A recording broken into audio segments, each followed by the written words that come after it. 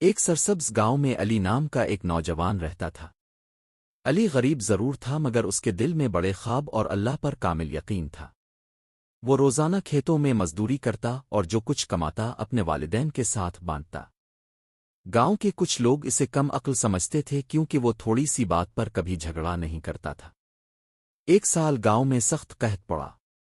بارش نہ ہونے کی وجہ سے فصلیں سوکھ گئیں اور لوگ بے روزگار ہو گئے۔ علی کے پاس بھی کھانے کو مشکل سے کچھ بچا تھا مگر اس کے باوجود وہ ہر روز مسجد کے باہر بیٹھے ایک بوڑھے فقیر کو کھانا دے دیتا۔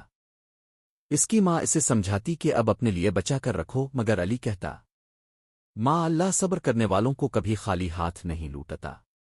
وقت گزرتا گیا، حالات اور بھی سخت ہو گئے۔ ایک دن گاؤں کے رئیس کو مزدوروں کی ضرورت پڑی۔ اس نے اعلان کیا کہ جو ایماندار اور محنتی ہوگا اسے مستقل کام دیا جائے گا۔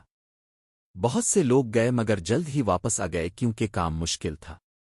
علی صبر اور محنت کے ساتھ دن رات کام کرتا رہا۔